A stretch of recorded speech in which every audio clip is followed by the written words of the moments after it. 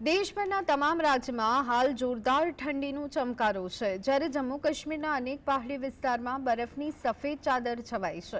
ત્યારે પાડોશી દેશ પાકિસ્તાનને અડીને આવેલી બોર્ડર પર ભારતીય સેનાના જવાનો પેટ્રોલિંગ કરતા જોવા મળી રહ્યા છે.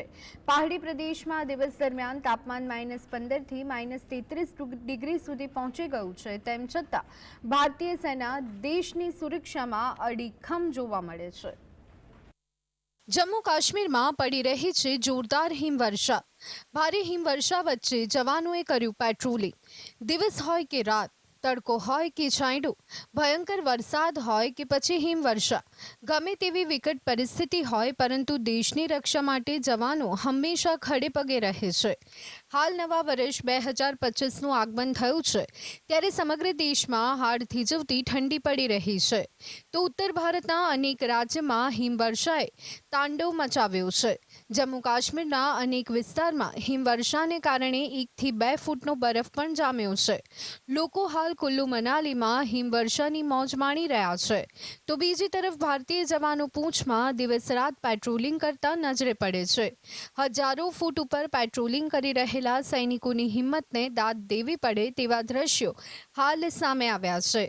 જમ્મુ કાશ્મીરના પૂંછમાં જવાનો હજારો ફૂટની ઊંચાઈ પર પેટ્રોલિંગ કરતા જોવા મળી રહ્યા છે.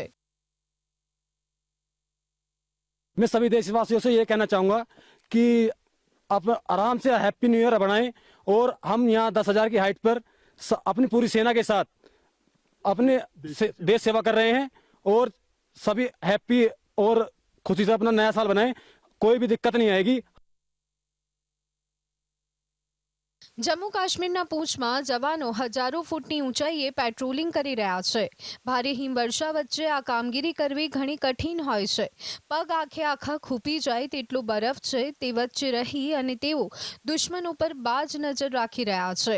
વિડીયોમાં જોઈ શકાય છે કે ભારે હિમવર્ષા વચ્ચે સેનાના જવાનો 0 થી કેટલાક ડિગ્રી તાપમાનમાં પણ નિયંત્રણ રેખા એટલે કે LOC પર પેટ્રોલિંગ કરતા જોવા મળે છે. આ સાથે જ ભારતીય સેનાના જવાનો દ્વારા સૌથી ખતરનાક વિસ્તાર સિયાચીનમાં પણ ચુસ્તપણે પેટ્રોલિંગ કરવામાં આવે છે. જોવા જઈએ તો સિયાચીન પહોંચવું સરળ નથી. અહીંયા આર્મી બેઝ કેમ્પ સુધી પહોંચવાનો માર્ગ પૂંછથી શરૂ થાય છે. પૂંછથી સિયાચીન બેઝ કેમ્પ સુધીનો માર્ગ 329 કિલોમીટર લાંબો છે, જે વિશ્વના સૌથી ઊંચા રોડ ખારદુંગલામાંથી પસાર થાય છે. ભારતીય સેના દ્વારા સિયાચીનના 45થી વધુ ઊંચા શિખરો પર નજર રાખવામાં આવે છે.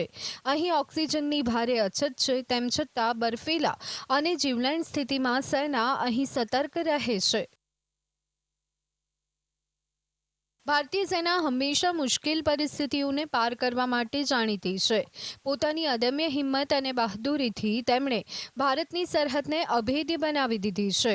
ખાસ કરી એવા દિવસોમાં જ્યારે આપણે ગરમીનો પારો થોડો નીચે આવતા જ પોતાની જાતને ગરમ વસ્તુઓથી ઘેરી લેવાનો પ્રયાસ શરૂ કરીએ છીએ. તે જ સમયે ઘણી આંતરરાષ્ટ્રીય સરહદ ઉપર તીવ્ર ઠંડી અને હિમવર્ષા વચ્ચે -30 ડિગ્રી જેટલા નીચા તાપમાનમાં પણ સેનાના જવાનો અડીખમ જોવા મળે છે.